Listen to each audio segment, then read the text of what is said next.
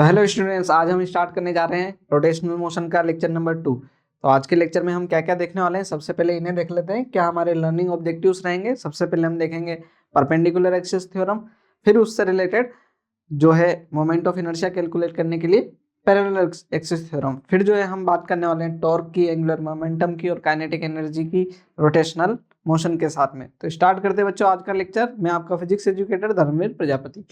देखेंगे बच्चों, सबसे पहले हम बात कर रहे हैं किसकी, परपेंडिकुलर एक्सिस थ्योरम। ये क्या चीज है?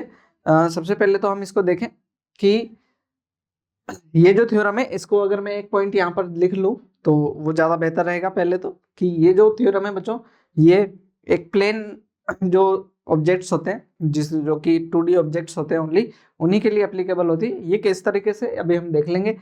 यहाँ पर है क्या बच्चों इस थ्योरम का मीनिंग, कि मान लीजिए किसी कोई लेमिना है आपका, ठीक, और दो एक्सिस है।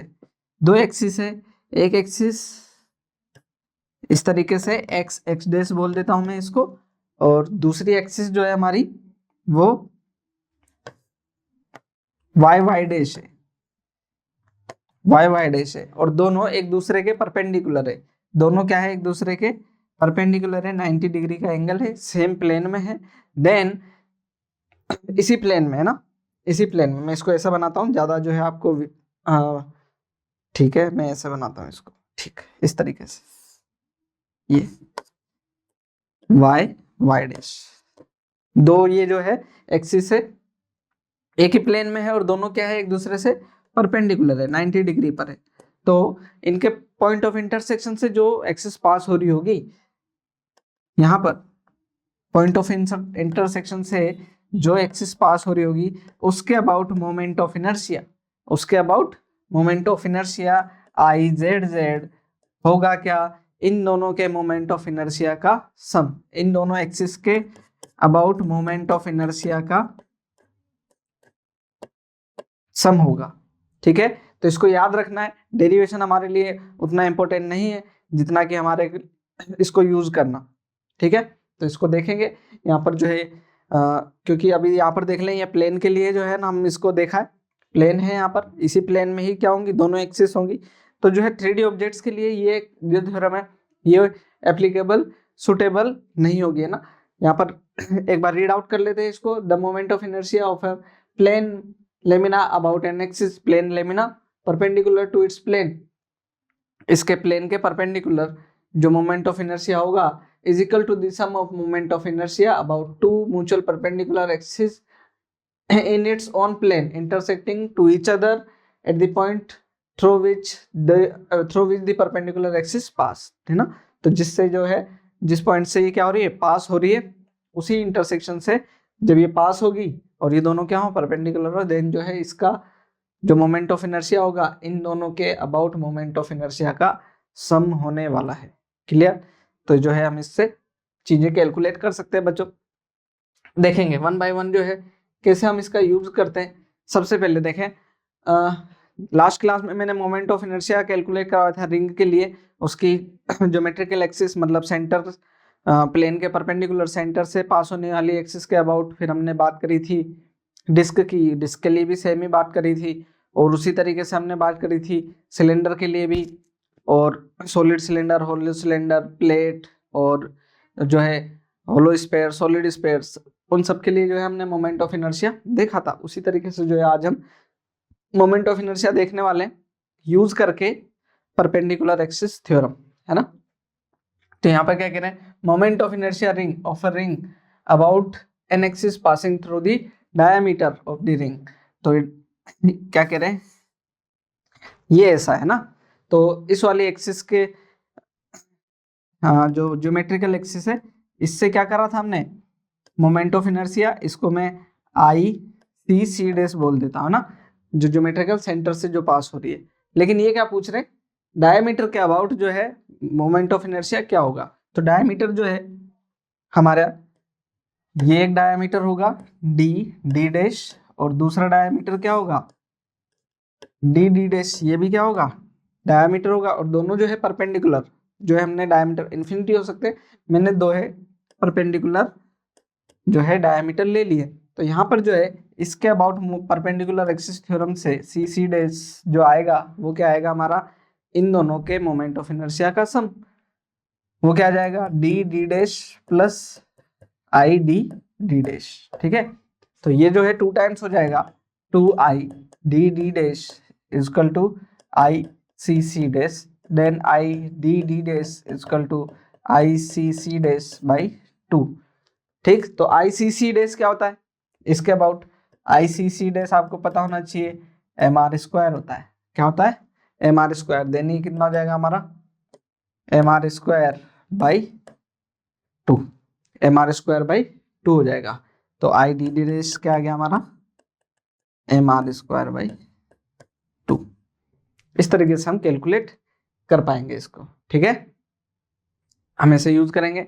अगर हम इसी को ही डिस्क के लिए देखें, क्या देखें, moment of inertia of disc about an axis passing through its diameter.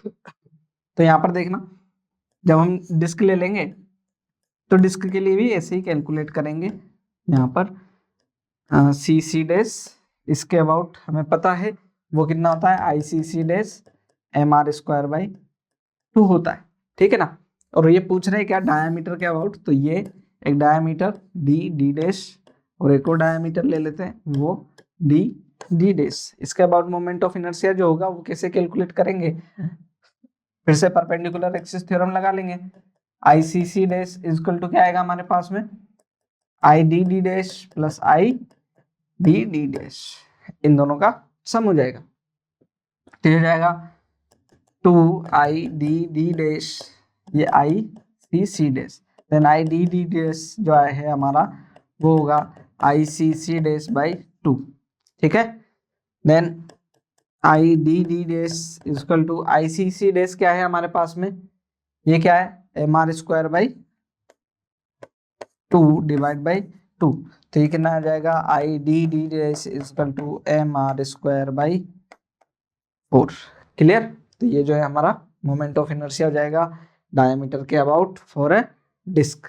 इसी तरीके से बच्चों और भी जो है लेमिना जो है हमारे लिए, उनको जो हमने पहले कैलकुलेट किया उसी के लिए फिर से जो है मोमेंट ऑफ इनर्शिया कैलकुलेट करेंगे। देखना क्या, मोमेंट ऑफ इनर्शिया और rectangular plate about an axis passing through the centre and perpendicular to its plane.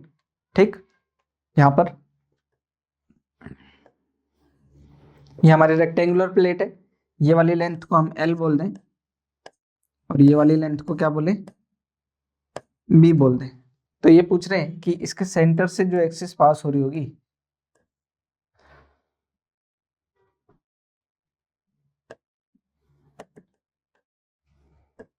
इस वाली एक्सिस के अबाउट मोमेंट ऑफ इनर्शिया ये पूछा जा रहा है, सी सी डैश। ठीक है, लास्ट क्लास में हमने जो है मोमेंट ऑफ इनर्शिया कैलकुलेट किए थे, वो कैलकुलेट किए थे क्या, अभी हम इसके सेंटर के अबाउट है ना, यहाँ सेंटर के अबाउट, लेकिन जो है हमने लास्ट क्लास में मान लीजिए इस तरीके से है, ये प्लेट है, इस तरीके से प्लेट है, तो इस वाली एक्सिस के about moment of inertia calculate किया था, वो कितना आया था, इस वाली एक्सिस के अबाउट। जब मैंने इसको ऐसे से ऐसे रखा तब हमने क्या किया था, इसको, ये वाली लेंथ क्या थी हमारी, L थी, तो ये आया था हमारे पास में आई जो था हमारा क्या आया था, ML स्क्वायर बाई 12 आया था। ठीक है ना, ये आया था। और जब हमने इस वाली एक्सिस के अबाउट कैलकुलेट किया था तब ये जो है हमारी विड्थ B थी, तो ये कितना आया था, ML square by MB square by 12, ये मोमेंट ऑफ इनर्शिया आया था। तो यहाँ पर जो है हम इन्हीं दोनों चीजों का यूज करने वाले हैं। कैसे बच्चों, देखना, ये प्लेट है, तो ये वाली एक्सिस और इस वाली एक्सिस के अबाउट हमें पता है मोमेंट ऑफ इनर्शिया। ठीक है ना, इसके अबाउट क्या है, ML square by MB square by 12, और इस वाली एक्सिस के अबाउट क्या है, ML स्क्वायर बाई 12। तो इस वाली एक्सिस के अबाउट क्या होगा, इन दोनों का सम। देन जो है I C C dash is equal to, मैं इसको जो है इस वाली एक्सिस को एक्स डैश बोल देता हूँ, इसको वाई डैश बोल देता हूँ, या उल्टा लिख दिया मैंने, कोई दिक्कत नहीं है, कंसेप्चुअल कोई गलत नहीं है, एक्स डैश वाई डैश। ठीक है, तो ये क्या हो जाएगा, I X X dash plus I Y Y dash, ये कैलकुलेट हो जाएगा। तो I C C dash equal to क्या जाएगा, M L square by M B square by 12 plus M L square by 12। ये हमारा जो है मोमेंट ऑफ इनर्शिया आ जाएगा सेंटर से पास होने वाली एक्सिस के अबाउट। ठीक है, इसी तरीके से देखें बच्चों, क्या अब ये क्या पूछ रहे हैं, moment of inertia of square plate, इस बार क्या, square plate about an axis passing through the centre perpendicular to the plane. तो यहाँ जो है अगर ये क्या हो हमारी रेक्टेंगुलर ना हो करके क्या हो, स्क्वायर हो, एल एल एल एल, तो इस वाली एक्सिस के about moment of inertia calculate करना हमारे लिए कोई मुश्किल नहीं है, क्योंकि जो है अभी हमने रेक्टेंगुलर के लिए पढ़ा है, तो वहाँ क्या हो जाएगा, एल इजकल टू बी है, ये क्या था, आई इजकल टू हमारा इस वाली एक्सिस के अबाउट रेक्टेंगुलर प्लेट में M L square by 12 plus M B square by 12, तो ये जो है इक्वल हो जाएगा एल और बी, देन जो है आई इजकल टू आ गया हमारे पास में M L square by 2 M L square by 12, then I equal to आ गया एम एल स्क्वायर बाई 6, ये हमारा मोमेंट ऑफ इनर्शिया आ जाता है। कोई कठिन नहीं है ना, बहुत ही आसान चीज है। आगे देखेंगे बच्चों क्या कह रहे हैं, यहाँ पर देखना क्या कह रहे हैं, moment of inertia of cube, cube के लिए बोल रहे हैं about an axis passing through the centre of mass and perpendicular to its face, यहाँ पर क्यूब के लिए बात कर रहे हैं।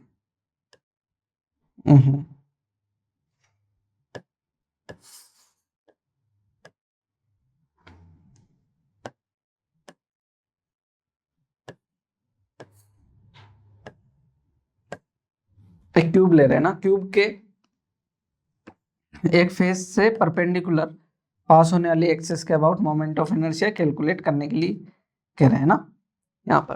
देन जो है इसको कैसे कैलकुलेट किया जाएगा बच्चों, अगर हम यहाँ पर क्यूब को देखते हैं तो क्यूब का एक फेस देखें, है ना, इसको फेस को हम जो लास्ट क्लास में हमने पढ़ा था, इसको स्लाइसेस स्लाइसेस स्लाइसेस करके जो है अगर हम 10 स्लाइसेस भी करें और तो देखेंगे एक स्लाइस का मास कितना होगा m/8, तो ऐसे ऐड करेंगे तब क्या हो जाएगा m/10, और जब ऐड करेंगे तो 10 टाइम्स जो है इनटू एक एक का मोमेंट ऑफ इनर्शिया, तो वो कैंसिल हो जाता है m से, जो m/10 है इनटू 10 से कैंसिल हो जाता है, तो सेम आता है। तो यहाँ पर जो है हम इसको जब हमने कैलकुलेट कर लिया एक बार मोमेंट ऑफ इनर्शिया, देन जो है हम इसको जो सिंपल हमने कंसेप्ट पढ़ा था उसको यूज कर सकते हैं। देन यहाँ पर क्या आ जाएगा m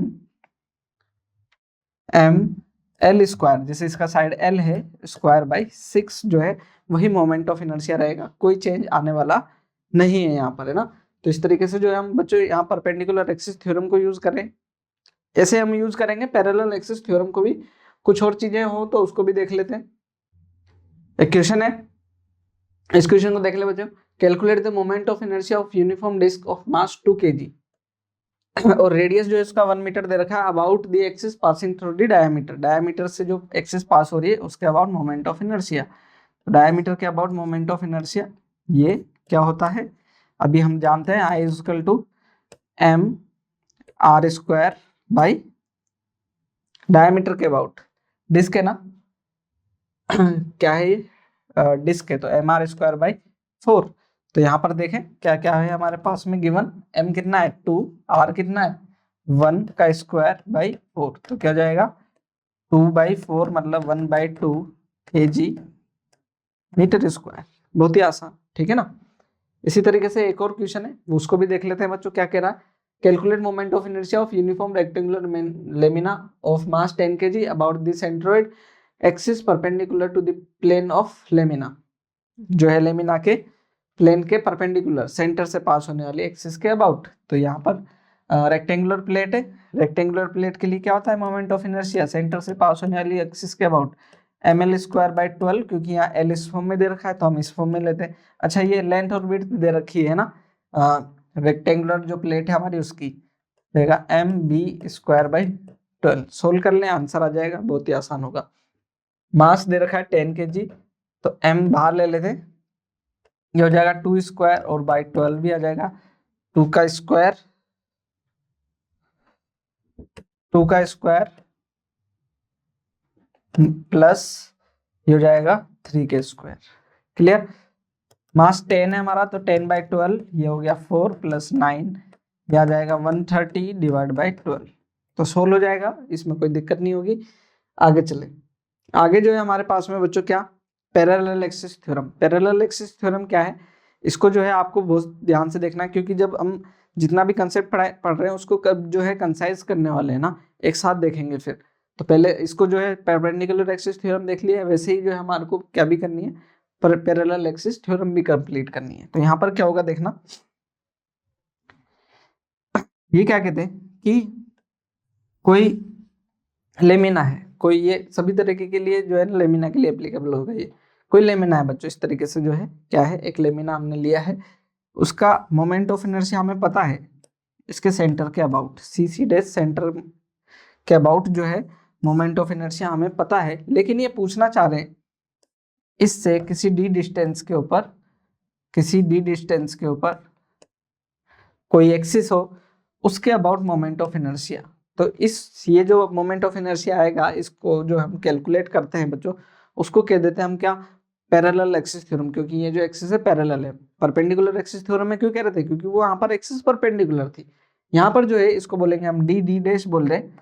तो ये क्या कह रहे होते हैं, देखना सुनना, इस जो डी डी डैश के अबाउट जो मोमेंट ऑफ इनर्शिया है, डी डी डैश के अबाउट जो मोमेंट ऑफ इनर्शिया है, वो सम होता है किसका, सेंटर ऑफ मास के अबाउट मोमेंट ऑफ इनर्शिया का, प्लस जो बॉडी का मास है इनटू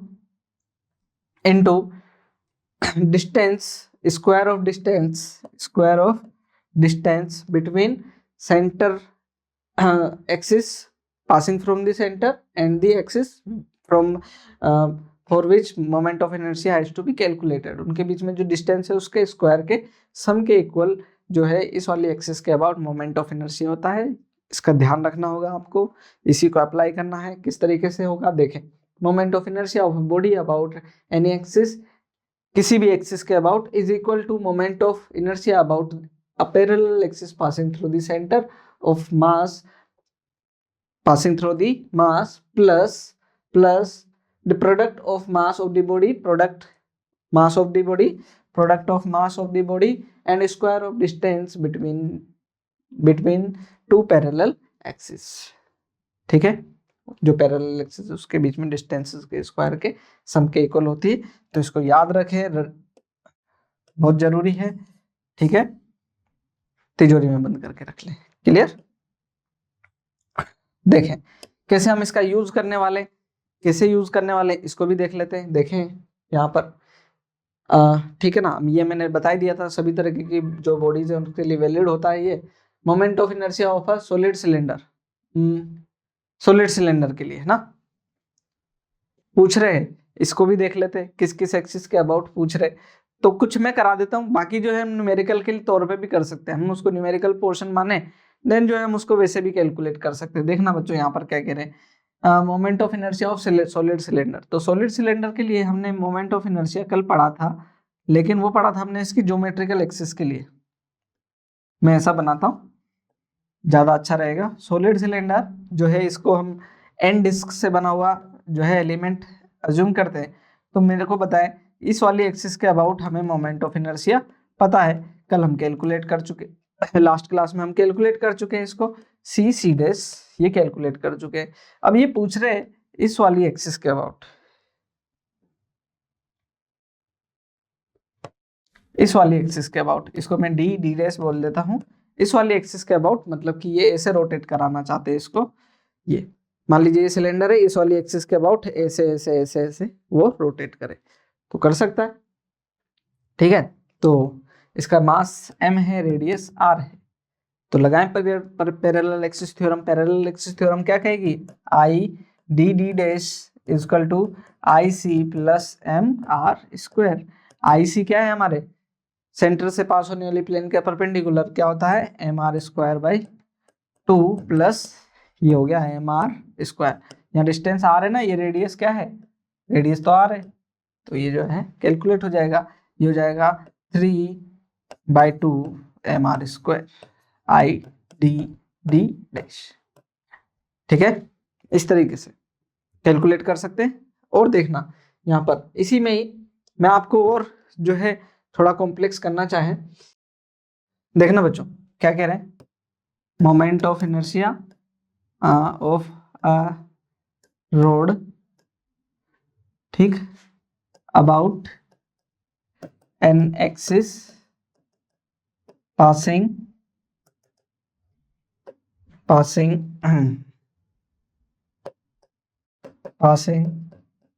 through its end, एक एंड से पास हो रही है, ठीक है ना। यहाँ पर इस तरीके से ये एक थिन रोड ले लेते हैं, बहुत पतली सी रोड ले लेते हैं ऐसी, इसकी लेंथ हमारे को पता है, रोड के लिए हम कैलकुलेट कर ही चुके थे लास्ट क्लास में एल, तो हमें कैलकुलेट करना है इसके एक एंड के अबाउट, यहाँ जिसको मैं डी डैश बोल रहा हूँ, इस डी डैश के about moment of inertia calculate करना है। देन मैं ये कह सकता हूँ कि मुझे ये जो सेंटर वाली एक्सिस है इसके अबाउट तो पता ही होता है, इसके अबाउट पता होता है, इसको सी सी डैश पता है क्या, आई सी सी डैश कितना होता है, अभी हमने बताया लास्ट क्लास में भी बताया था, ml² बाई 12 है ना। अब ये पूछ रहे ये सेंटर से पास हो रही, तो ये वाली डिस्टेंस कितनी है हमारी, l/2 है ना। तो इस वाली एक्सिस के अबाउट मोमेंट ऑफ इनर्शिया क्या होगा, देखना, I D dash equal to I C plus M, distance कितनी है इन दोनों एक्सिस के बीच में, ये है कितनी, l/2 का स्क्वायर, l/2 है। Then D dash I D dash हो जाएगा ml² by 12 plus ml² by 4, इसको सोल्व करें तो आ जाएगा ml² by 3 I D dash, याद कर लें बच्चों इनको, है ना, एक एंड के अबाउट मोमेंट ऑफ इनर्शिया ये होता है, ठीक, बहुत काम आती है, याद रखें। ऐसे ही मैं बात करूं, सॉरी ऐसे ही इसी कंसेप्ट को यूज करके बच्चों जो है हम कैलकुलेट कर सकते हैं किसके लिए, जो है moment of inertia for a solid cylinder, है ना। अभी सॉलिड सिलेंडर क्या देखना, moment of inertia of a solid cylinder about an axis passing from its one end, एक एंड से पास हो रही हो, कैसे देखें, पासिंग थ्रू, एंड नहीं ले रहे, passing through its centre perpendicular to its length, length के परपेंडिकुलर, देखें कौन सा, यहां पर देखना ऐसा, मुझे बताएं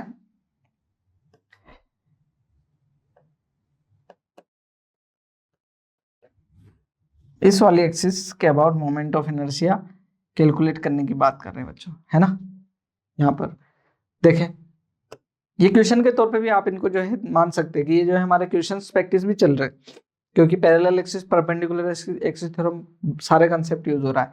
अच्छा, इसका मास m है, रेडियस r है, और लेंथ क्या है, l है, लेंथ क्या है, l है। तो मुझे बताएं जब इस एक्सिस के अबाउट कैलकुलेट करना है तो यहाँ पर जो है एक आपको क्या दिख रही होगी, एक और जो है सॉलिड सिलेंडर में रिंग भी दिख रही होगी एक और, जब सॉरी डिस्क दिख रही होगी एक और, तो ये जो एक्सिस पास हो रही है ये क्या हो रही है, उस डिस्क के डायामीटर से पास हो रही है ना।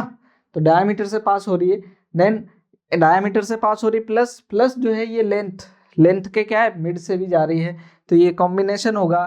तो यहाँ पर जो है यहाँ से हम कैलकुलेट करेंगे आई सी सी डैश, जो मोमेंट ऑफ इनर्शिया होगा किसके लिए, जो डायामीटर से पास हो रही है एक्सिस उसके लिए, वो कितना होता है mr² बाई, डिस्क के लिए कितना होता है mr² बाई 4, और लेंथ के पर बीच से जो एक्सिस पास होती है उसके लिए आता है ml² बाई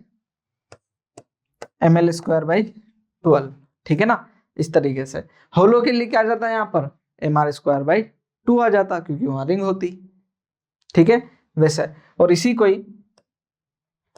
को ही मैं कैलकुलेट करता किसके लिए, इस वाली एक्सिस के अबाउट। देखना यहाँ पर इस वाली एक्सिस के अबाउट, इस वाले एक्सिस के अबाउट। तो यहाँ कैसे कैलकुलेट करते हैं फिर, यहाँ कैलकुलेट करते कैसा, ये डिस्क ही सही, डिस्क के डायमीटर से पास हो रही है एक्सिस, प्लस जो है इस रोड जो है ये क्या है, रोड जैसा भी तो है, तो रोड के एक एंड से भी पास हो रही है।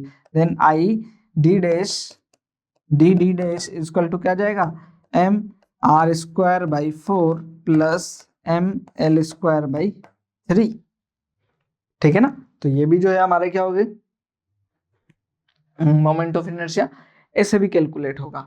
ठीक है, देन हम आगे बढ़ते हैं, कुछ जो है क्वेश्चंस लेते हैं। क्या कह रहे हैं देखना, moment of inertia of hollow cylinder. Hollow cylinder के लिए कहाँ से, उसके एक साइड से जो है हम जो है क्या कह रहे हैं, उसकी अबाउट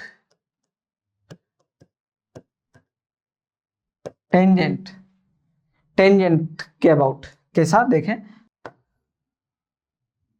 यहाँ पर होलो सिलेंडर है, इसकी टेंजेंट जो है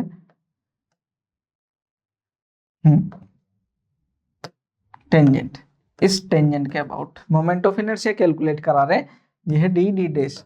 अच्छा मुझे बताओ, क्या इसकी ज्योमेट्रिकल सेंटर के अबाउट हमने लास्ट क्लास में देख लिया था क्या, है ना? जब देख लिया था तो टेंजेंट के अबाउट निकालना आसान है।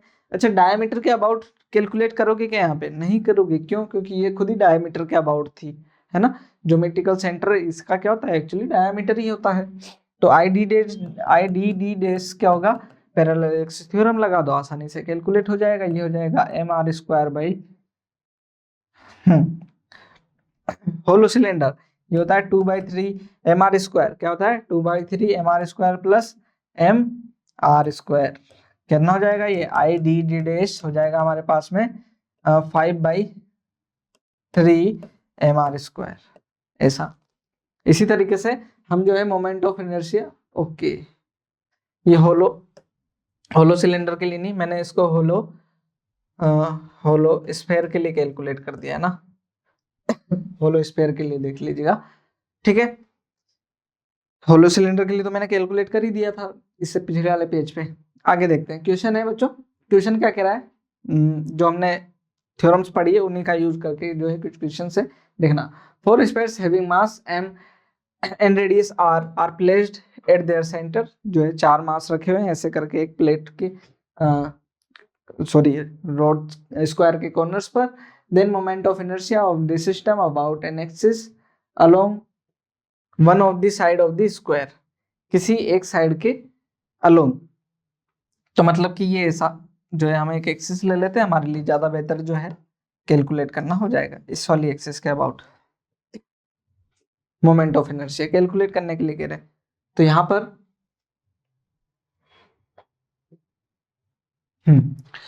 पर कैलकुलेट करने के लिए कह रहे हैं, मुझे बताओ कि हम मोमेंट ऑफ इनर्शिया कैलकुलेट कर सकते हैं। ये तो आसान भी हो जाएगा। यहाँ पर mr, ओके यहाँ पर 4 स्फेयर्स लगे हुए हैं। क्या लगे हुए हैं, 4 स्फेयर्स लगे हुए हैं। और 4 स्फेयर्स लगे हुए हैं तो इस पर इनके लिए मोमेंट ऑफ इनर्शिया हमें पता होता है क्या? जैसे मैं ये मानूं 2 स्फेयर यहाँ है, 2 स्फेयर यहाँ है, इसके अबाउट, अच्छा ये ऐसे वाली एक्सिस के अबाउट पूछ रहे है ना। तो मुझे बताएं, क्या इनकी जो डायमीटर ये जो है, ये वाली एक्सिस मैं इसको मानूं, यहाँ पर एक एक्सिस मानूं, क्या इसके डायमीटर से जा रही होगी? क्या इनके सेंटर से जा रही होगी? बिल्कुल जा रही होगी। तो इन दोनों के सेंटर से जा रही है, एक को ही मान लूं, तो एक के सेंटर से तो जा रही है, तो यहाँ पर सेंटर से जा रही है, तो ये इसके पैरेलल होगी। तो इसके अबाउट मोमेंट ऑफ इनर्शिया और इसके अबाउट मोमेंट ऑफ इनर्शिया दोनों को क्या कर देंगे, हम देख लेंगे, प्लस ये जो है दोनों का ऐड कर देंगे, मोमेंट ऑफ इनर्शिया प्लस इन दोनों के बीच में जो डिस्टेंस थी उसको, क्योंकि पैरेलल एक्सिस थ्योरम लगने वाली है। तो यहाँ पर जो है आई डी डी डैश जो है वो क्या होगा, देखें ये हो जाएगा I D D dash equal to 2 times, पहली बात तो 2 है क्योंकि मास 2 है, मास तो क्या होगा देखें इसका मोमेंट ऑफ इनर्शिया ये क्या होता है 2/5 mr² और 2 टाइम्स इसका भी हो गया, प्लस क्या, दोनों के बीच में डिस्टेंस, मास इंटू डिस्टेंस का स्क्वायर, हो जाएगा mr, यहाँ पर r स्मॉल है बच्चों, है ना, ये r स्मॉल है और ये ma², क्योंकि ये डिस्टेंस क्या है, a है, तो ये जो है हमारा कैलकुलेट हो जाएगा इसी तरीके से। ठीक है, नेक्स्ट देखना। मैं एक और क्वेश्चन देता हूँ आपको बच्चों, ज्यादा जो है आपको समझ में आएगा। यहाँ से मैं 2 रिंग ले रहा हूँ, क्या ले रहा हूँ, 2 रिंग ले रहा हूँ या डिस्क ले लेता हूँ, 2 डिस्क ले लेता हूँ। ठीक, इस वाली एक्सिस के अबाउट दोनों के का मास m है और रेडियस r है, मास m है और रेडियस r है। तो ये पूछ रहे हैं, दोनों जॉइंट है यहाँ पर, जो है इस वाली एक्सिस के अबाउट मोमेंट ऑफ इनर्शिया बताएं, d डैश, इसके अबाउट मोमेंट ऑफ इनर्शिया बताएं। तो कैसे कैलकुलेट करने वाले हैं यहाँ पर देखेंगे। यहाँ पर इस वाली, इसकी खुद की मोमेंट ऑफ इनर्शिया प्लस इसका मोमेंट ऑफ इनर्शिया कैलकुलेट कर सकते हैं, इसका मोमेंट ऑफ इनर्शिया या फिर देखें, ये दोनों क्या है, डिस्क। ठीक है, तो मोमेंट ऑफ इनर्शिया कैसे कैलकुलेट करना है, इसका किसके अबाउट, इसका मोमेंट ऑफ इनर्शिया इसके सेंटर के अबाउट, क्योंकि ये डायमीटर से पास हो रही है, तो डायमीटरली बोल रहे हैं यहाँ पर, डायमीटर से पास होने वाली एक्सिस के अबाउट, प्लस इसका वाला देख लेते हैं, आई जो है डी डैश, वो क्या होगा, इसका खुद का मोमेंट ऑफ इनर्शिया क्या होगा, mr²/4, डिस्क है तो डायमीटर से पास हो रही है एक्सिस, प्लस इसका मोमेंट ऑफ इनर्शिया। मुझे बताएं क्या, ओके, इसको मैं कैपिटल डी डैश बोल देता हूं। मुझे बताओ इसके अबाउट मोमेंट ऑफ इनर्शिया, इसके सेंटर मास से पास होने वाले एक्सिस के अबाउट, प्लस जो है डिस्टेंस का स्क्वायर, है ना। ठीक है, ना हो जाएगा, ये हो जाएगा इसका जो है mr²/4, क्योंकि डायमीटर से पास हो रही है, प्लस डिस्टेंस का स्क्वायर, डिस्टेंस कितनी है यहाँ पर, डिस्टेंस हमारे पास में कितना, m इंटू डिस्टेंस है यहाँ r प्लस r, ये कितनी हो जाएगी 2r, ये हमारा मोमेंट ऑफ इनर्शिया होगा। कैलकुलेट करना पड़ेगा, सोल्व हो जाएगा बट, है ना। तो इस तरीके से हम कैलकुलेट करते हैं। कुछ क्वेश्चन है, उस क्वेश्चंस को भी देख लेते हैं। यहाँ पर क्या कह रहे हैं, 3 identical thin rods each of length l, तीनों की लेंथ क्या है, l दे रखी है, mass m are joint together to form a letter h, जो है h लेटर बना रहे हैं यहाँ पर, ऐसा। ठीक, आगे क्या कह रहे हैं, what is the moment of inertia of this system about one side of h, किसी एक साइड के अबाउट, जो है कोई साइड ले लेते हैं यहाँ पर,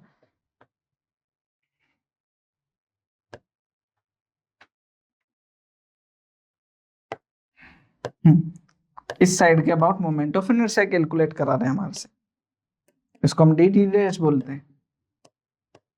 कैसे कैलकुलेट करेंगे, इसके अबाउट मोमेंट ऑफ इनर्शिया, तो इसके about moment of inertia plus इसके अबाउट मोमेंट ऑफ इनर्शिया। ठीक है, क्या होगा देखें, ये होगा I D dash equal to इसके खुद के जो है रोड की लेंथ के अबाउट, खुद भी तो रोटेट कर रही है, तो लेंथ के अबाउट जो है मोमेंट ऑफ इनर्शिया, लेंथ की इसके अबाउट क्या हो जाएगा हमारा मोमेंट ऑफ इनर्शिया, इस एंड के अबाउट हो जाएगा ml², लेंथ l दे रखिए बाय 3, क्योंकि एंड के अबाउट है, प्लस इसके लिए देखें तो इसके लिए क्या होगा मोमेंट ऑफ इनर्शिया, क्योंकि ये दोनों इसके बीच में डिस्टेंस क्या है हमारी, l डिस्टेंस है, तो ये कितना हो जाएगी m इंटू l², ये हमारा मोमेंट ऑफ इनर्शिया हो जाएगा। ठीक है, आगे बढ़ते हैं। एक कंसेप्ट है बच्चों रेडियस ऑफ गायरेशन का, इसको जो है आपको ध्यान रखना चाहिए, रेडियस ऑफ गायरेशन क्या है। ठीक, ये क्या है, इसको ऐसा बोलेंगे, पहले समझ लेते हैं ना, पहले इसको समझ लेते हैं क्या चीज है। मुझे बताएं, जैसे कि एक मैंने क्या ले लिया, डिस्क ले लिया, कोई भी डिस्क ले लिया, कोई भी एलिमेंट ले लिया ऐसा, मुझे ये मालूम है कि इसके सेंटर के अबाउट मोमेंट ऑफ इनर्शिया ना, सेंटर के अबाउट इसका मास m है और रेडियस r है, मास m है और रेडियस r है, तो इसका मोमेंट ऑफ इनर्शिया आ जाएगा mr²/2। ये हमें पता है, ठीक। लेकिन हम यहाँ पर क्या कह रहे हैं, रेडियस ऑफ गायरेशन क्या है कि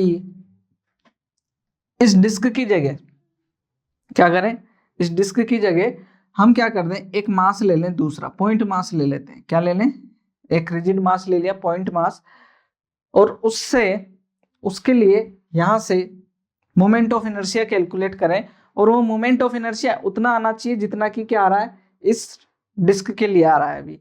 देन जो है यहाँ पर जो ये रेडियस होगी, इसको बोलते हैं क्या आप, रेडियस ऑफ गायरेशन के, ठीक है। तो ये जो है रेडियस ऑफ गायरेशन होती है, इसको क्या बोलते हैं, it is the radius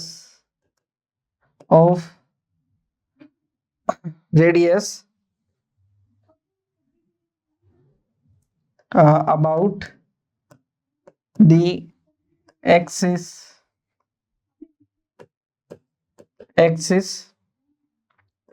for which moment of inertia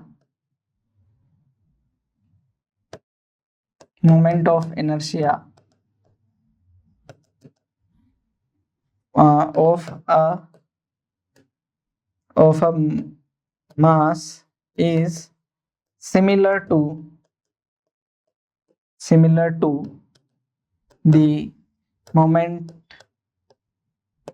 of inertia of a lamina। कोई भी लेमिना के लिए जितना मोमेंट ऑफ इनर्शिया आ रहा था, उतना ही मोमेंट ऑफ इनर्शिया किसके लिए आया, इस मास के लिए आया। देन जो रेडियस है वो क्या होगी आपकी, रेडियस ऑफ गायरेशन। तो आप यहाँ पर क्या कहते हैं इसको, ये जो है क्या होगा, m²। क्या हो जाएगा, m²। यहाँ पर ये तो मैंने एग्जाम्पल के तौर पर लिया है, ये मैंने एक एग्जाम्पल के तौर पर लिया था, मैं इसको हटा देता हूँ चाहे से, ठीक। तो यहाँ जो है I = क्या होगा हमारे पास में, m²। ये कोई भी जो है क्या हो सकता है, लेमिना हो सकता है उसके लिए। देन k = क्या है हमारे पास में, I/m रूट में, ठीक है ना। इसको क्या बोलते हैं हम, रेडियस ऑफ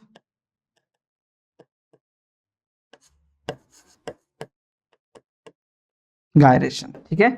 याद रखें, जो है इसका काफी यूज आने वाला है आपके, ठीक। मेरे ख्याल से क्लियर है। रेडियस है तो इसका SI यूनिट कैलकुलेट करने में कोई बड़ी बात नहीं है, आसानी से रेडियस कैलकुलेट हो सकती है यहाँ पर, ठीक है।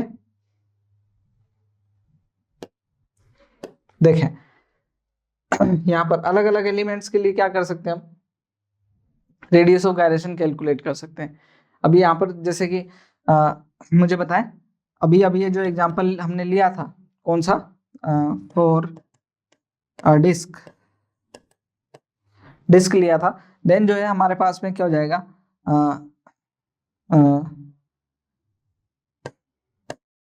डिस्क ले रहे हैं, जैसे कि इस वाली एक्सिस के अबाउट, सिंपल सा जो है एग्जांपल ले लेते हैं, सी डिस्क। तो ये क्या हो जाएगा, ImR²/2 होता है हमारे पास में। तो जो है रेडियस ऑफ गायरेशन क्या होगी, m² के इक्वल, हमेशा रेडियस ऑफ गायरेशन क्या होगी, m²। देन m से m कैंसिल कर दो, देन k = आ जाएगा आपके पास में R/√2।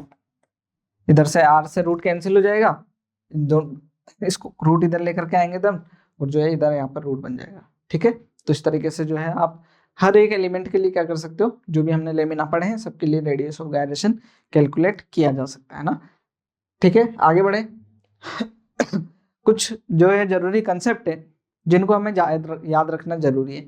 वो क्या है बच्चों, सिमेट्रिकल एक्सिस, सिमेट्रिकल सेपरेशन। अगर हम क्या करें, किसी बॉडी से कोई सिमेट्रिकल एलिमेंट जो है रिमूव कर दें, तो मोमेंट ऑफ इनर्शिया पे क्या फर्क पड़ने वाला है उसको हम देखने वाले हैं, और साथ ही रेडियस ऑफ गायरेशन पे क्या फर्क पड़ने वाला है उसको देखने वाले हैं ना। यहाँ पर देखें, ये जो है हमारे पास में एलिमेंट है, जिसमें से क्या किया, मान लीजिए आप कि हमने ये 1/4 एलिमेंट जो है m/4 ये आपने क्या कर लिया, रिमूव कर दिया। किस तरीके से, यहाँ पर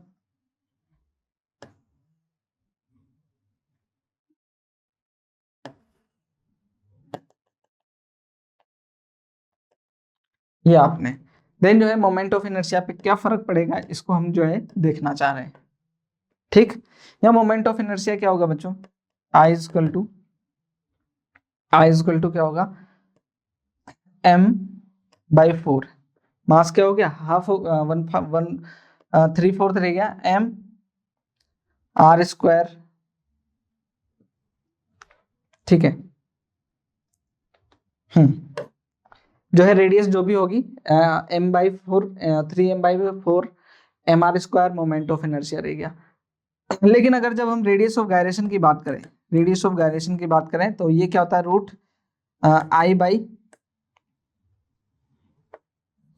I/r, यही था, सॉरी, रूट I/m है ना, रूट I/m है। तो I जो है वो क्या हो गया हमारे पास में, यहाँ पर I जो है ये हो गया 3/4 mr², और जो मास है, मास भी क्या हो गया 3/4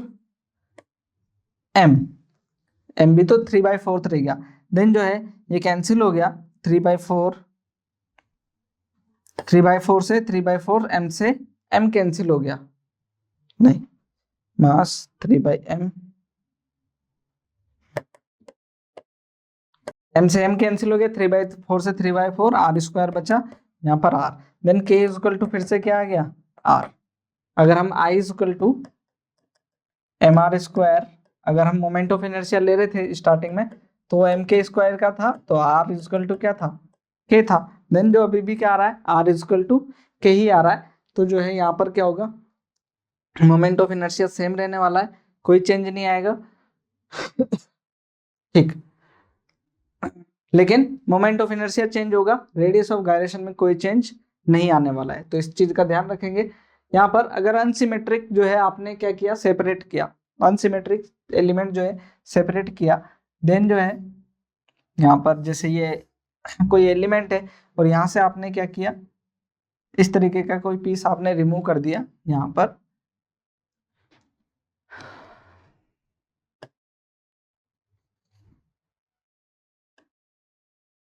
ऐसा ये एलिमेंट रिमूव कर दिया। देन जो है आपका आई जो है वो क्या होगा, mr² minus m small m r², I में ये चेंज आएगा, और जो है radius of gyration k is equal to, ये क्या होगा I/m, ये क्या हो जाएगा हमारे पास में, ये भी mr² minus mr² upon m जो है m माइनस m डैश हो जाएगा। तो ये इसमें जो है क्या होने वाला है, चेंज जब आप अनसिमेट्रिक एलिमेंट रिमूव करते हैं तब। इसी तरीके से देखें बच्चों, एक और जो है अटैचमेंट, जब आप कोई मास क्या कर दें, अटैच कर दें, जैसे कि यहाँ पर एक डिस्क है, m मास और r रेडियस की, इसी एक्सिस पे क्या कर दें आपने, इसी के साथ में आपने क्या कर दिया, या फिर मैं इस पे कहूँ कि आपने क्या कर दिया, एक m मास और ऐड कर दिया, देन I जो है क्या हो जाएगा आपके पास में, mr² प्लस स्मॉल mr², ये हो जाएगा, और k क्या हो जाएगा, ये हो जाएगा I/m होता है। देन जो है आपके पास में क्या हो जाएगा, mr² plus mr² by m plus small m, ये जो है मास ऐड हो जाने वाला है। ठीक, तो इस तरीके से जो है मोमेंट ऑफ इनर्शिया और रेडियस ऑफ गायरेशन में चेंजेस आते हैं।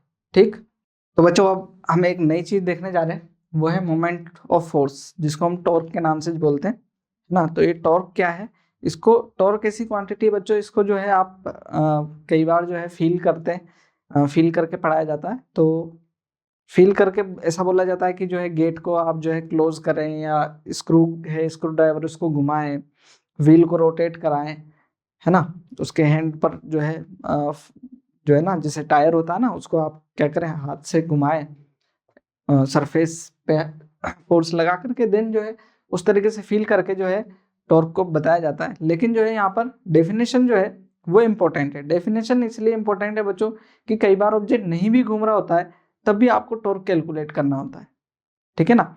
टेंडेंसी के लिए भी जो है, अगर उसकी टेंडेंसी नहीं भी, अभी वो मूव जो है रोटेट नहीं भी कर रहा है, देन तब भी आपको जो है टॉर्क कैलकुलेट करना पड़ता है। तो उसके लिए जो है आपको डेफिनेशन का बहुत ख्याल रखना पड़ता है कि क्या डेफिनेशन है, इसका हमारे को ख्याल रखना है। तो यहाँ पर क्या है बच्चों, देखना, अगर हम एक जो है कोऑर्डिनेट ले रहे हैं ना, जहां पर ये एक कोई पॉइंट है P जिसका पोजीशन वेक्टर है r वेक्टर, है ना, ये पोजीशन वेक्टर है r वेक्टर। हम ऐसे कह रहे हैं कि इस पॉइंट के ऊपर एक फोर्स लग रहा है। क्या लग रहा है? एक फोर्स लग रहा है F थीटा एंगल पर। थीटा एंगल पर क्या लग रहा है? फोर्स। देन जो है मैं इसको क्या कर रहा हूँ, इस वाली एक्सिस को आगे परपेंडिकुलर जो है मैंने क्या कर दिया, मूव करा दिया आगे। देन जो टॉर्क होता है बच्चों वो क्या है, यहाँ पर अगर मैं डेफिनेशन लिखूं टॉर्क, ये क्या है आपके, it is the product of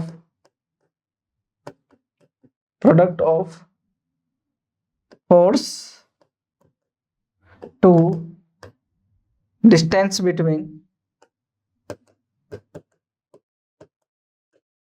between line of action of force. तो इन दोनों का प्रोडक्ट होता है बच्चों ये क्या, it is the product of force and distance between the line of action of force, ठीक है ना। फोर्स और line of action of force के बीच में डिस्टेंस परपेंडिकुलर टू परपेंडिकुलर, ये परपेंडिकुलर डिस्टेंस है, इसका जो है ध्यान रखना, बिल्कुल भी ना भूलें आप, परपेंडिकुलर डिस्टेंस, ठीक है ना। तो क्या है, it is the product of force और distance between the perpendicular distance, ठीक है ना। एंड प्रोडक्ट जो है यहाँ पर अगर मैं इस पर नॉर्मल डालूं तो यहाँ पर आप देखेंगे ये नॉर्मल हुआ है ना, ये जो नॉर्मल है, तो ये वाली जो डिस्टेंस है, ये वाली डिस्टेंस अगर आप इसको देखेंगे, ये थीटा, देन ये भी थीटा, ये एंगल थीटा, और ये जब थीटा होगा तो ये क्या हो जाएगी हमारी r साइन थीटा। क्या होगा इस वाले ट्राइंगल में, ये क्या हो जाएगी, r साइन थीटा हो जाएगी।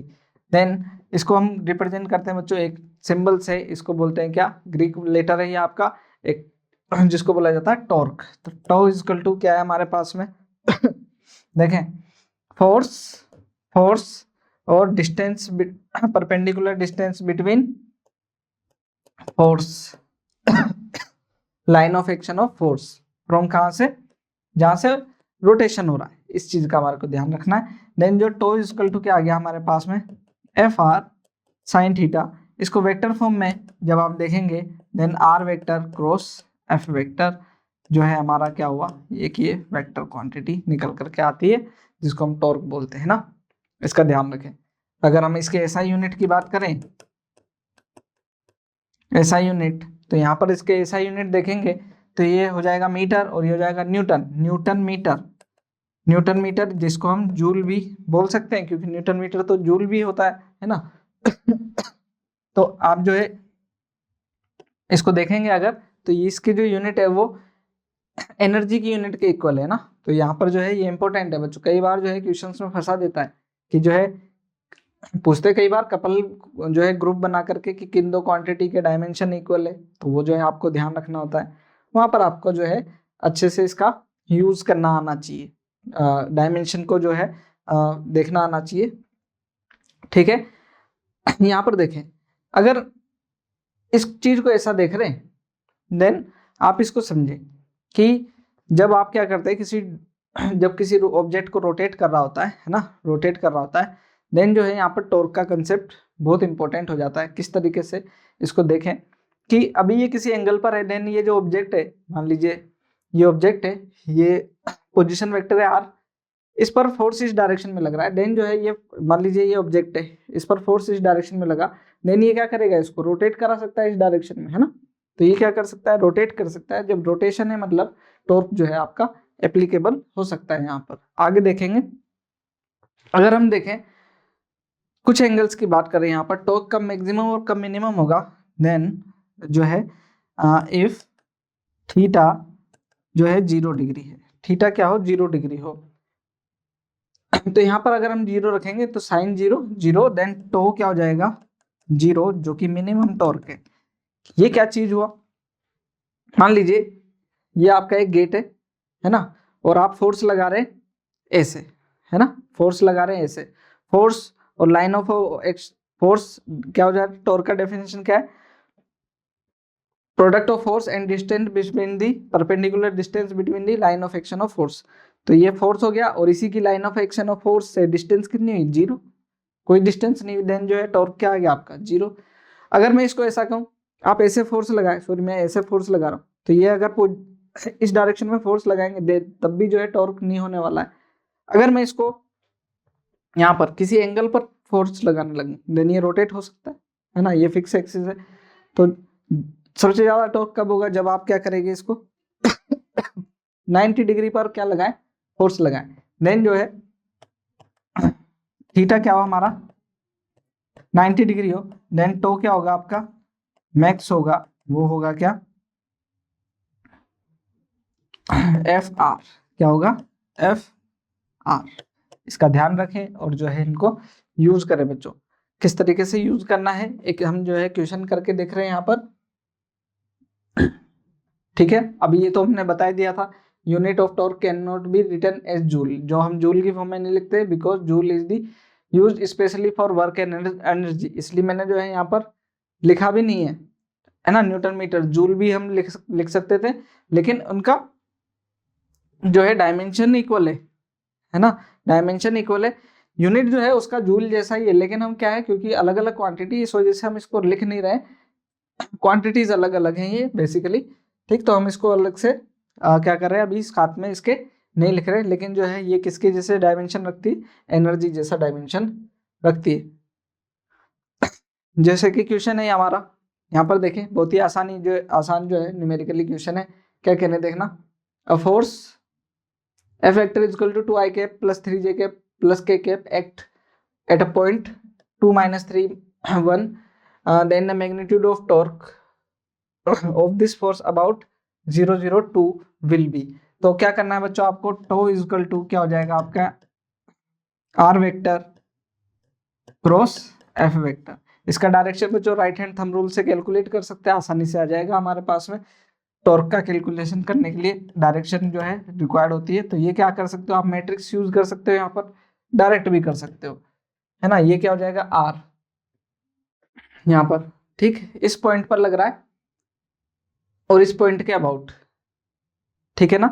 क्या, तो आप पोजीशन वेक्टर कैसे निकालेंगे, पोजीशन वेक्टर क्या निकालेंगे this position minus this position, क्योंकि फाइनल माइनस इनिशियल, तो यहाँ क्या हो जाएगा R vector is equal to, ये आएगा हमारा कितना देखना 2i cap 3 minus 3 J cap और 1 माइनस 2, तो ये कितना हो गया माइनस का 1, तो k कैप, ये हमारा जो है पोजीशन वेक्टर हुआ। ये हो गया 2i cap minus 3 J cap minus k cap cross force जो है हमारा 2i cap plus 3 J cap minus k cap, ऐसा हुआ। तो आप इसका जो है क्या कर सकते हो, मैट्रिक्स से भी कैलकुलेट कर सकते हो, डायरेक्ट भी कैलकुलेट कर सकते हो, जो आपको बेटर लगता है। दोनों से आंसर तो क्या आता है, सेम ही आता है, आई जे के, ये आ जाएगा 2 माइनस 3 माइनस 1 2 3 माइनस 1, ऐसा है ना। तो यहाँ पर इसको कैलकुलेट कर लो, बहुत ही आसान होगा, कोई दिक्कत नहीं होगी। यहाँ पर हो जाएगा कि ना 6 माइनस का 6 तो प्लस का 6 हो जाएगा, आई कैप ये हो जाएगा माइनस जे कैप क्या होगा, ये हो जाएगा माइनस के 2 और ये माइनस का 2, ठीक, प्लस के कैप क्या होगा, के कैप हो जाएगा इस तरीके से, ये हो जाएगा 6 और ये माइनस के 6, ठीक, तो ये भी ऐड हो जाएगा, ये हो जाएगा हमारे पास में 12 आई कैप माइनस ये हो गया 0, ठीक है, ये हो गया 0 और ये हो जाएगा 12 के कैप, 12 के कैप जो है आंसर आ जाएगा, है ना। तो आसान से चीजें बच्चों कैलकुलेट कर सकते हैं, और जो है टॉर्क को और जो है कैलकुलेट करना जो है हमारे लिए जरूरी है, प्रैक्टिस थोड़ी सी जरूरी है। ये जो है बहुत ही अच्छा क्वेश्चन है। यहाँ पर देखें, यहाँ पर हमने क्या किया बच्चों, मोमेंट कैलकुलेट करने के लिए दिया आपको। फोर्सेस हमने पहले ही बता दिया आपको कि जो है यहाँ पर ये जो नॉर्मल है ऐसे लग रहा है, इस वाले पॉइंट पर एक लेडर है ये ना, बेसिकली इसका मास यहाँ पर जो है सेंटर पे कंसंट्रेटेड है mg, और ये n2 है। यहाँ पर देखिए फ्रिक्शन जो है इस डायरेक्शन में है, इस जगह फ्रिक्शन इस डायरेक्शन में है, यहाँ पर फ्रिक्शन इस तरीके से mg नीचे है। ठीक, अब यहाँ पर आपसे क्या पूछा जा रहा है कि कैलकुलेट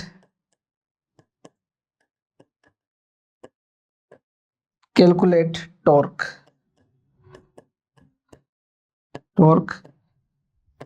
अबाउट ओ पॉइंट के अबाउट जो है टॉर्क कैलकुलेट किया जाए।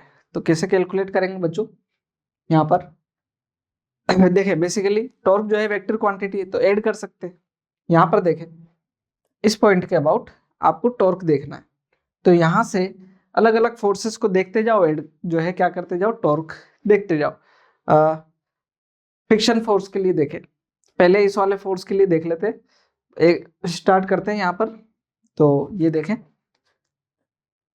टू इजकल टू, ये क्या हो जाएगा, फोर्स तो आपको दिख रहा है फ्रिक्शनल फोर्स है, और फ्रिक्शनल फोर्स है और परपेंडिकुलर डिस्टेंस देखें तो यहाँ पर परपेंडिकुलर डिस्टेंस, ये जो फोर्स लग रहा है उसी की एक्सिस से परपेंडिकुलर डिस्टेंस तो कितनी है, 0।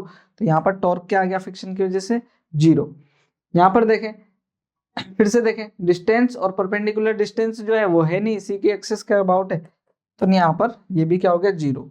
मैं इसको ऐसा लिखता जाता हूँ, पहले Fr1 प्लस Fr2 प्लस जो है N1 प्लस N2 और प्लस ये Mg, सभी लिख दिए मैंने, है ना। अभी इसकी वजह से क्या हो गया, 0, इसकी वजह से भी क्या हो गया, 0। N1 देखे, फोर्स ये है, परपेंडिकुलर डिस्टेंस बिल्कुल है, ये है कितनी 12 sin theta.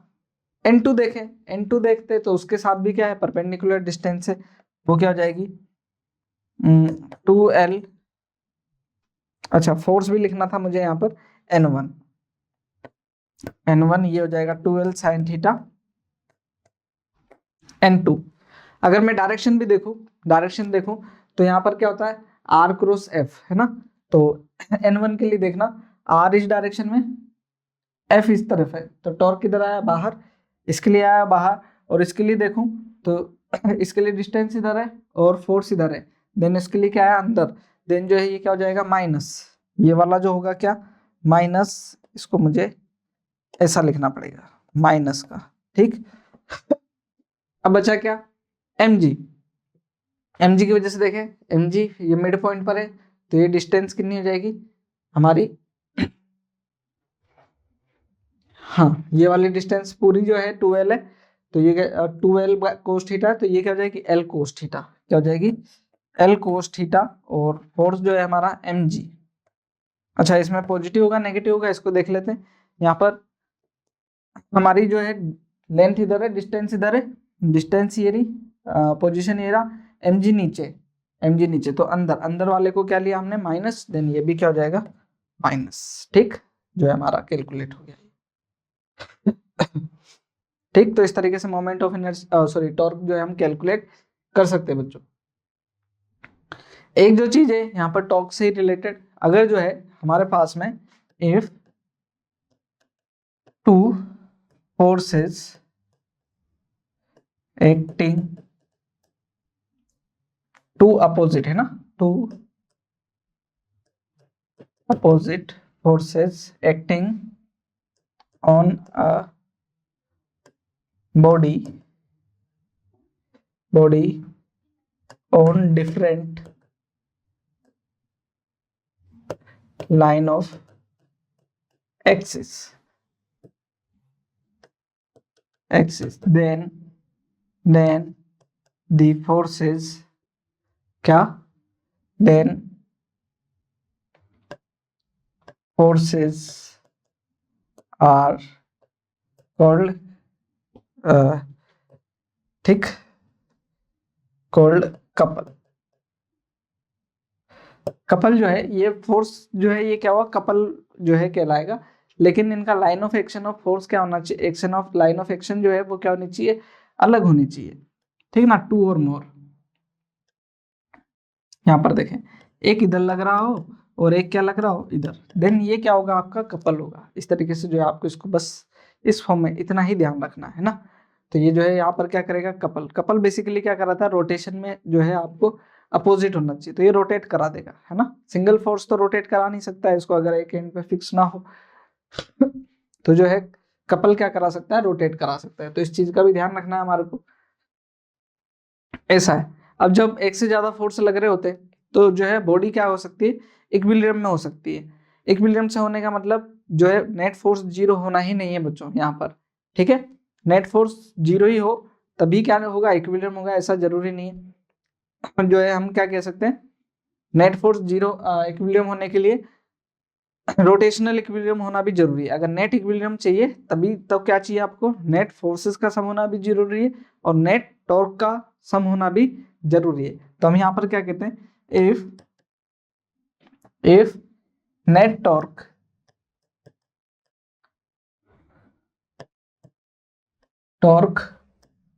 On a body due to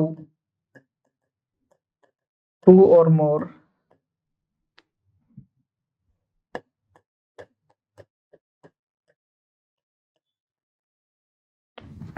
forces is zero, then the body is said to be in rotational equilibrium। किसमें, नेट टॉर्क जीरो होना जरूरी है। तो यहाँ क्या होगा, तो नेट जो है वो क्या होना चाहिए, tau 1 plus tau 2 plus tau 3 dash dash dash tau n equal to 0, ठीक है ना। यहाँ पर ये ऐसा है, क्लॉकवाइज एंटी क्लॉकवाइज जो है आपका डायरेक्शन जो रहेगी, एक को पॉजिटिव ले एक को नेगेटिव ले, कोई सा भी जो है आप पॉजिटिव ले सकते हो, कोई सा नेगेटिव ले सकते हो, इसमें कोई बाउंडेशन नहीं है, किसी भी तरीके से कैलकुलेट करें जो है आपको।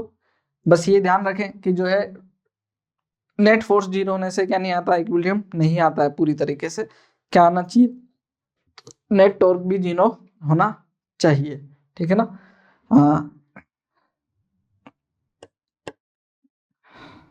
If net force on a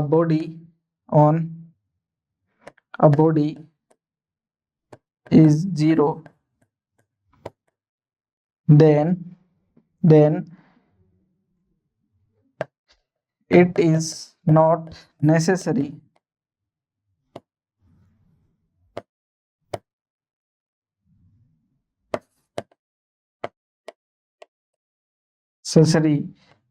to be in equilibrium of it, ठीक है ना। जरूरी नहीं कि इक्विलिब्रियम होगा इसे, क्योंकि नेट टॉर्क होना भी जीरो वो भी जरूरी है आपका, है ना। तो इस तरीके की चीजें हैं बच्चों, इसको ध्यान रखें आप।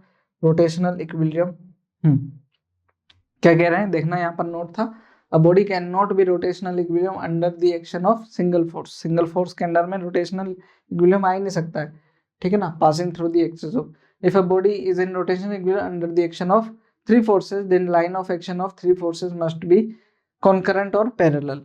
यहाँ पर देखें क्या कह रहे हैं, मुझे बताएं, मुझे एक फोर्स ये है, दूसरा फोर्स ये है, एक फोर्स की लाइन ऑफ एक्शन ये है, दूसरे फोर्स की लाइन ऑफ एक्शन ये है। अब हम कह रहे हैं कि थर्ड फोर्स जो है उसकी लाइन ऑफ एक्शन ये है, थर्ड फोर्स ये F1 है, ये F2 है, थर्ड फोर्स जो है F3 इस तरीके से। तो भाई ये जो है इस बॉडी को रोटेट करा सकता है, यहाँ पर जो है, यहाँ पर जो है इन दोनों का देखें, ये जो बॉडी है, ये वाला जो फोर्स है, ये क्या कर सकता है, इसको रोटेट करा सकता है, इस बॉडी को क्या करा सकता है, रोटेट करा सकता है, क्योंकि ये वाला फोर्स किसी भी डायरेक्शन में इन दोनों का रिजल्टेंट जो है जीरो करने के लिए इसका इसी के एक्सिस पर होना जरूरी है ना। तो ये टॉर्क जो है प्रोड्यूस कर सकता है रोटेशनल इक्विलिब्रियम हो जाएगा यहाँ पर इन दोनों का। तो इस वजह से जो है क्या होना चाहिए, तीनों फोर्सेस का जो है कॉनकरेंट और पैरेलल वो होना जरूरी है। तो कॉनकरेंट हो या फिर क्या हो, पैरेलल हो, तभी जो है क्या होगी, बॉडी रोटेशनल इक्विलिब्रियम में होगी हमारी। तो एक क्वेश्चन करके देखते हैं बच्चों, यहाँ पर इक्विलिब्रियम से रिलेटेड क्या कह रहे हैं। ये एक रिजिड सपोर्ट है जहां पर ये 10 kg का मास है, इसकी लेंथ जो है यहाँ पर 10 मीटर है ना, 10 मीटर है। हमने क्या कर रखा है, इससे 2 मीटर की डिस्टेंस पर, ठीक है ना, ये 2 मीटर के डिस्टेंस पर एक जो है 5 kg का ब्लॉक और लगा रखा है। अब जो है यहाँ पर पूछ रहे कि जो दोनों वायर्स हैं इनमें टेंशन क्या होगी, टेंशन कैलकुलेट कराने के लिए कैलकुलेट करने के लिए कह रहे हैं। तो जो है यहाँ पर कैलकुलेट करें टेंशन, तो हम यहाँ पर बच्चों मोमेंट ले लेते हैं इस वाले पॉइंट, ए और बी है ना, 2 पॉइंट, और इसको जो है हम यहाँ पर ये एक पॉइंट सी और इसका जो मिड पॉइंट है इसको डी बोल देते हैं ना। तो इसके अबाउट मोमेंट कैलकुलेट करना है। तो यहाँ पर हमारे को एक और देखते हैं, यहाँ पर ये हो गया 100 न्यूटन ये नीचे हो गया, और ये जो है हमारा 50 न्यूटन का फोर्स यहाँ पर हो गया। तो यहाँ पर टॉर्क कैलकुलेट करना होगा हमारे को इक्विलिब्रियम होने के लिए, क्योंकि ये जो है मूव नहीं कर रही है अभी ना, तो रोटेशनल इक्विलिब्रियम है। तो टो नेट जो है आपका क्या है, वो 0 के इक्वल है। एक तो टो नेट 0 के इक्वल है, और जो है आपका जो नेट फोर्स है टेंशन T1 प्लस T2 वो किसके इक्वल है, एक तो इस फोर्स के और एक इस फोर्स के, वो कितना 50 न्यूटन प्लस 100 जो है दोनों T1 प्लस T2, ये कितना हो गया 150 न्यूटन हो गया। ये 150 न्यूटन हो गया। देन जो है आपके एक तो इक्वेशन यहाँ से आएगी, एक टॉर्क की इक्वेशन लगा लेते हैं। यहाँ पर देखें इस वाले से दोनों नीचे टॉर्क है, तो दोनों को क्या कर लेते हैं, ऐड कर देंगे एक ही डायरेक्शन में। तो क्या हो जाएगा, ये हो जाएगा 50 इंटू 2 प्लस ये हो जाएगा 100 इंटू कितनी डिस्टेंस है, ये सेंटर ऑफ मास पर लग रहा होगा, ये मास तो कितनी होगी, ये 5 मीटर। आगे देखें जो टेंशन T2 है ना, इस टेंशन के अबाउट तो जो है टॉर्क 0 हो जाएगा, क्योंकि यहाँ से डिस्टेंस 0, इस वाले के अबाउट आ जाएगा हमारा, ये कितना आ जाएगा माइनस के T2 इंटू डिस्टेंस लेंथ कितनी थी यहाँ पर 10, ठीक। तो ये आ जाएगा हमारे पास में, ये 10 T2 इक्वल टू ये आ गया कितना 100 प्लस 500, ये हो जाएगा 600। Then T2 equal to 60 Newton, T2 कितना आ गया 60 न्यूटन। तो आ जाएगा T1 plus 60 equal to 150, then T1 equal to 150 minus 60, तो ये कितना आ गया 90 न्यूटन। T1 आ गया 90 और T2 कितना आ गया 60, और इन दोनों का सम देखेंगे तो जो है 150 आ ही रहा था। तो ये इस तरीके से भी जो है हम इस तरीके के क्वेश्चन कर सकते हैं ना। आगे देखें बच्चों, नेक्स्ट जो टॉपिक है हमारा Newton second law for rotation. इसको मैं ऐसे नहीं बोल करके मैं दूसरी तरीके से बोल रहा हूँ। यहाँ पर हम यहाँ पर रिलेशन देख रहे हैं, रिलेशन बिटवीन, इस तरीके से भी बोल सकते हैं, लेकिन मैं इसको दूसरे तरीके से भी देख रहा हूँ, relation between torque and angular acceleration, torque and angular acceleration. तो यहाँ पर जो है अगर हम इसको देखें अबाउट, इसको मैं लिख रहा हूँ क्या, अबाउट फिक्स्ड एक्सिस, एक फिक्स एक्सिस के अबाउट जो है हम यहाँ पर देखें, तो मैं यहाँ पर एक कोई भी ऑब्जेक्ट ले लेता हूँ जिसमें फिक्स एक्सिस के अबाउट हमारे को यहाँ से एक कोई m मास है, इस पर जो है फोर्स लग रहा है, टॉर्क लग रहा है, तो ये जो है इस डायरेक्शन में मूव कर रहा है, ये डिस्टेंस r है। ऐसे सिस्टम ऑफ पार्टिकल ले लेते क्या, सिस्टम ऑफ पार्टिकल ले लेते हैं यहाँ से, तो जो है क्या होगा, बहुत से ये r1 ये r2 ये m1 है ये m2, ऐसे ही बहुत सारा क्या होगा m3 r3। तो ये क्या कर रहा है, इस तरीके से रोटेट कर रहा है, ठीक। एंगुलर मूवमेंट हाँ, तो यहाँ पर टॉर्क क्या होगा, टो आई, या टॉर्क, नेट टॉर्क बोल देता हूं मैं, torque. F R sine theta सभी के लिए जो है एंगल क्या है, 90 डिग्री है। देन जो है क्या जाएगा, एफ आर, ओनली क्या जाएगा, एफ आर, आर क्या जाएगा, आर आई, क्योंकि जो है अलग अलग का क्या कर लिया हमने, नेट कर लिया। इसको मैं ऐसा लिख लेता हूँ। देन टो इजकल टू क्या जाएगा, एफ आई, इसको मैं बोल रहा हूँ यहाँ पर क्या होगा, tau F is equal to M I A I R I, ठीक है ना। तो यहाँ ए आई आई क्या है हमारे पास में, एम आई तो है ही सही, ए आई ये क्या होगा, alpha are I into are आई, ऐसा लिख सकते हैं। यहाँ पर देखें अगर इसको, तो ये हो गया M I R I square alpha, alpha जो है, अल्फा जो है एंगुलर वेलोसिटी, एंगुलर वेलोसिटी और एंगुलर सॉरी एंगुलर एक्सेलरेशन और एंगुलर वेलोसिटी तो क्या रहते हैं, कांस्टेंट ही रहते हैं रोटेशनल मोशन में, ठीक। तो जो है यूनिफॉर्म रोटेशनल जो है कांस्टेंट एक्सेलरेशन के लिए ये अल्फा कांस्टेंट है। देन ये क्या हो गया, टो इजकल टू, ये क्या बन गया हमारा आई, और ये अल्फा, तो टो इजकल टू क्या हो गया, I alpha, tau is equal to I alpha, it is similar जो है F is equal to M A के, किसी से मिलता जुलता है। यहाँ पर देखें तो इसको क्या बोलते हैं, मोमेंट ऑफ फोर्स, ये इसको मोमेंट ऑफ फोर्स बोलते हैं, इसको फोर्स बोलते हैं। ये क्या है, मास, और ये क्या है, मोमेंट ऑफ इनर्शिया, जो कि मास से रिलेट करता है। ये एक्सेलरेशन और ये एंगुलर एक्सेलरेशन, तो उसी से रिलेट करती हुई जो है बच्चों क्या आती है, टर्म आती है। तो F is equal to M A जैसी टर्म आ रही है, इसलिए जो है हम सेकेंड लॉ ऑफ रोटेशन इसको बोल देते हैं, ठीक है ना। तो याद रखना है बच्चों हमारे को, सेकेंड लॉ ऑफ रोटेशन के तौर पर जो है हम इसको याद रखते हैं। आगे देखना, ओके ठीक है। यहाँ पर एक न्यूमेरिकल करके देखते हैं बच्चों, एक न्यूमेरिकल करके देख रहे हैं। यहाँ पर क्या कह रहे हैं, एक जो है हमारी रोड है, इसमें कोई एम मास है, यहाँ पर ना एक पॉइंट है, कितनी डिस्टेंस पर, यहाँ पर L/2 डिस्टेंस पर जो है हमारा एक पॉइंट है, इसको मैं ए पॉइंट बोल देता हूँ यहाँ पर। और इस पॉइंट के अबाउट जो है आपसे क्या कहा जा रहा है कि टॉर्क कैलकुलेट करें, क्या, टॉर्क या एंगुलर एक्सेलरेशन कैलकुलेट करें, ठीक है ना। या मैं इसको लिख देता हूँ question, find angular acceleration of the point